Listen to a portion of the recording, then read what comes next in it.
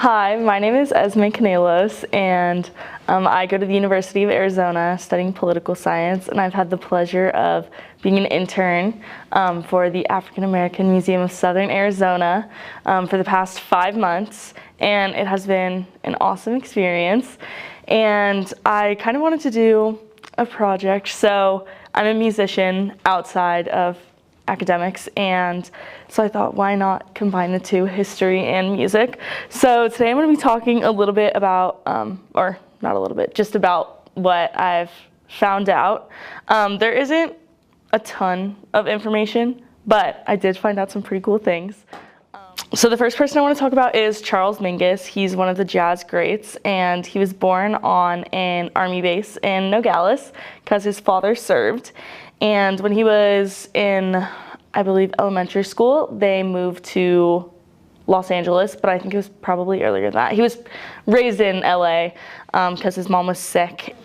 Yeah, so he started music pretty early on, and he went on to become one of the just greatest jazz musicians. He's played with Duke Ellington, Louis Armstrong, and Miles Davis. He's just awesome.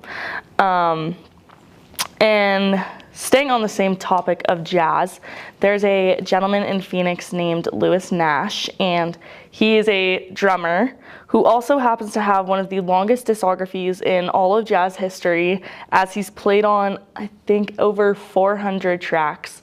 And he's played with big names like Dizzy Gillespie and yeah, people of that sort. And he actually owns a jazz club called the Nash Jazz Club, and he opened it to kind of keep jazz music alive. A lot of people think that jazz is dying, which I really hope that it doesn't, but it's places like this that help keep it alive, especially jazz music coming from a lot of African American roots. It's great that there's people that are keeping it alive like that. And then kind of bringing it back to Tucson, there's a man named Ulysses Kay who was born and raised here, went to high school here, went to the University of Arizona. He is known for symphonic and choral compositions, and he wrote 5 operas. Yeah, pretty famous in the opera world. And he studied at awesome places like Yale and Columbia, and spent some time in Rome studying music as well. And speaking of the university, I assume most people are familiar with the Grammys. And the CEO of the Recording Academy is a man named Harvey Mason Jr. And his connection to Tucson is in 1988, he played on the Final Four team for basketball, which is just such an iconic basketball team. If you know anything about U of A basketball, you know about the 1988 team. But outside of athletics, he was a musician and a producer. His father, Harvey Mason Sr., had a jazz quartet called Foreplay, and he worked as a producer, and pretty early on in his career, he produced for huge names like Destiny's Child, Whitney Houston, Toni Braxton.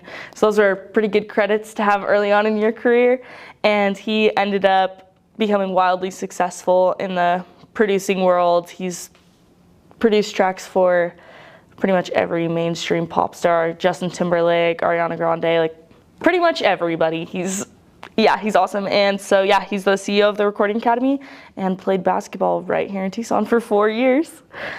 And then the last person I wanted to talk about is a woman named Marian Anderson.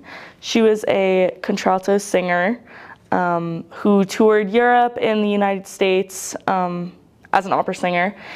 And she was really important because not only was she breaking barriers for African American artists, she also was involved in the civil rights movement. And one moment that really stuck out to me was in 1939. She performed on the steps of the Lincoln Memorial on Easter Sunday for an integrated crowd of 75,000 people, and millions more listened. And that was a huge moment in 1939. It just was that was pretty much unheard of. And that was really awesome of her.